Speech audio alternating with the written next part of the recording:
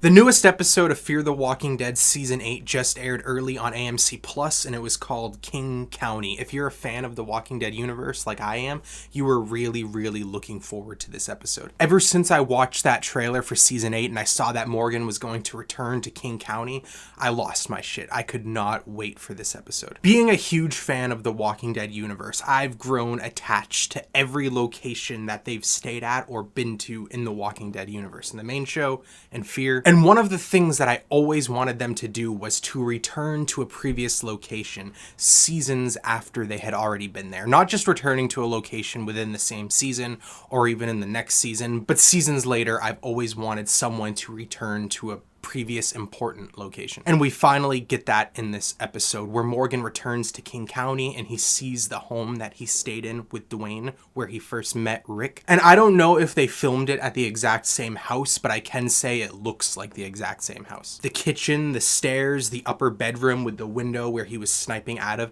it looks practically identical. They even recreated some of the shots and that was so cool to see. And I know production did shift to Georgia for this season, so it wouldn't surprise me if it was filmed in the actual exact same house, but if not, the set designers did an amazing job recreating it. And there was just so many throwbacks and Easter eggs to the very first episode of The Walking Dead, that Frank Darabont directed episode, and still, I'm just gushing over it. I love this episode. Even in the intro to this episode, the character that it focused on was zombie Jenny, and that was just really cool to see, and we even see visions of her walker throughout the whole episode, and spoiler alert. So sorry I was just rambling, but spoiler alert if you didn't figure that out already, this video will be full of spoilers, and also consider subscribing. I talk about the Walking Dead universe all the time on this page. I do trailer reactions.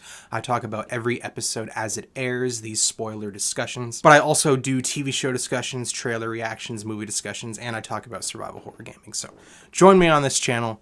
I'm having a lot of fun here. But anyway, let's get back to the episode. I'm not going to do a play-by-play. I'm not going to talk about every single thing that happens. I'm just going to talk about the things that stuck out to me the most, the things that I liked the most, and any critiques if there were any. And I will say right off the bat, this is definitely by far, no questions asked, my favorite episode of this season so far. I just really liked being back in Georgia. I really liked being back in King County. I really liked Morgan Lenny James's performance in this episode.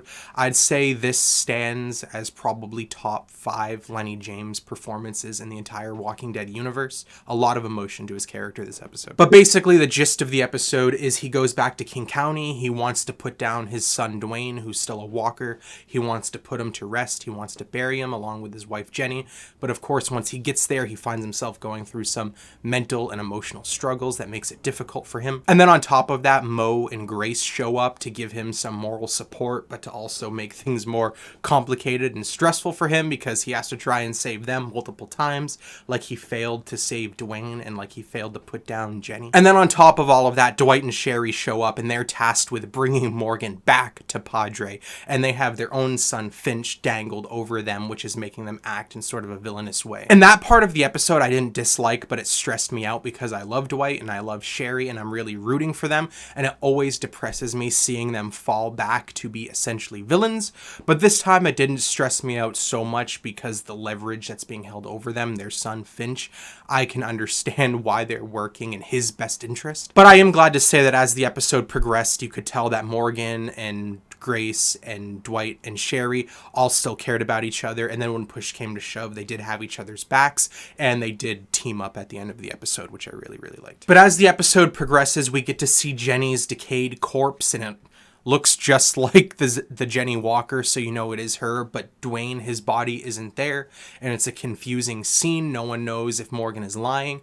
We can assume Morgan isn't lying because based on his acting, based on how he's reacting when he finds out that Dwayne's body isn't where he thought it was, question marks start being raised in our minds. But then Mo ends up going into the attic of the original house that Morgan and Dwayne were staying at, and she finds a zombie Dwayne chained up, and it is honestly very depressing and disturbing. So Morgan doesn't remember doing this. It's not like he had this knowledge and he was just lying to everyone, but while he was in clear mode, he collected his zombie son and tied him up in the attic, essentially doing the exact same thing that the governor did with Penny. But then Morgan ends up putting down Dwayne to save Mo, and then he ends up burying Dwayne and Jenny next to each other, and he finally gets some closure while being able to embrace his new family of Grace and Mo, and it comes around full circle. I was satisfied. But then we're hit with the bombshell that Grace is starting to feel radiation sickness again, and she knows that it's very different this time, and that she knows she has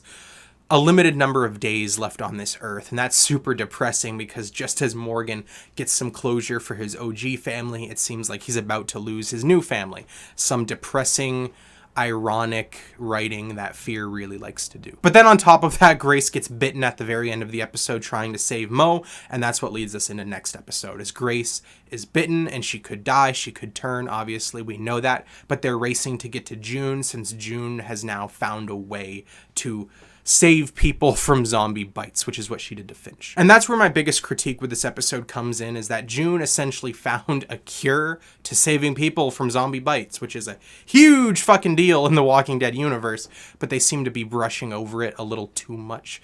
There really should have been an episode that focused on June trying to save Finch, where the climax of this episode is everyone being blown away that she succeeded. Like, it's a huge moment in the Walking Dead universe, and they're not really focusing on it, which is super strange. But anyway, there it is. That's my quick and brief thoughts on the newest episode of Fear the Walking Dead. I'm really enjoying this season, and again, this was my favorite episode of the season so far.